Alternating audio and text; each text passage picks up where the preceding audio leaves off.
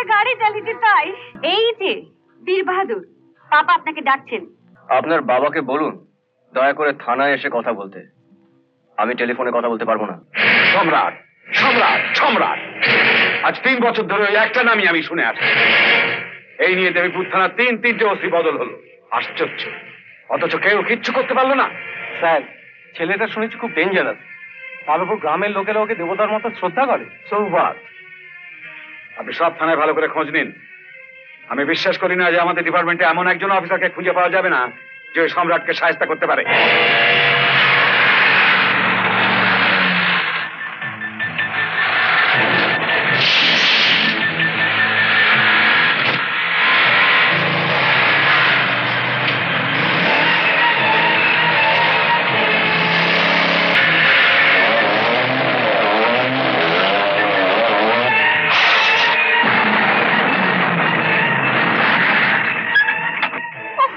Rubbish. What the hell? Bloody clear up.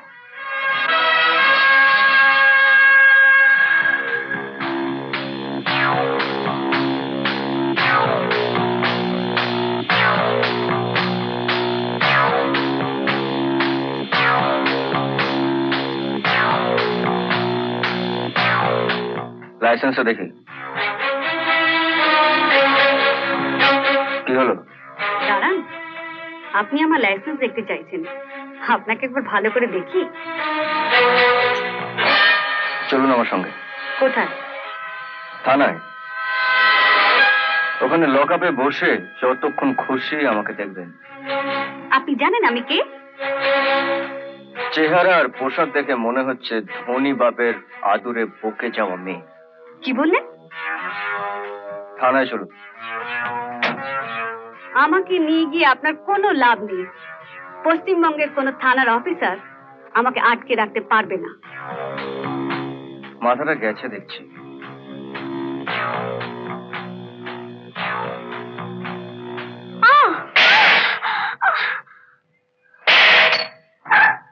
এই, আমি একটা ফোন করব।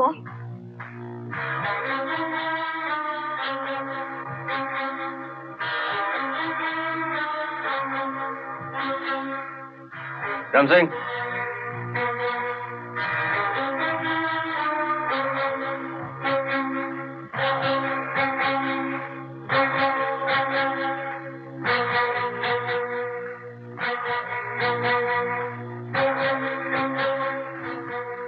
হ্যালো, কে? পাপা? ও বাবা, দেখুন আমার থানায় আটকে রেখেছে। ও বাবা, একটু জোরে গাড়ি চালিয়েছে তাই। ভবানীপুর থানা। ধরো বলছি।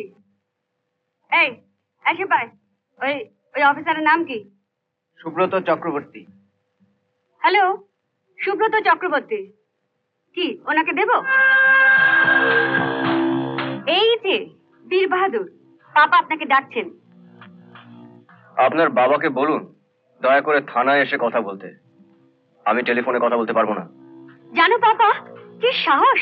বলে কিনা আপনার পাপাকে থানায় আসতে বলুন। না, তোমার নাম বলিনি।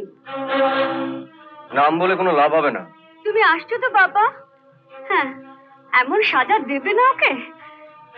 হ্যাঁ, রাখছি। নাও,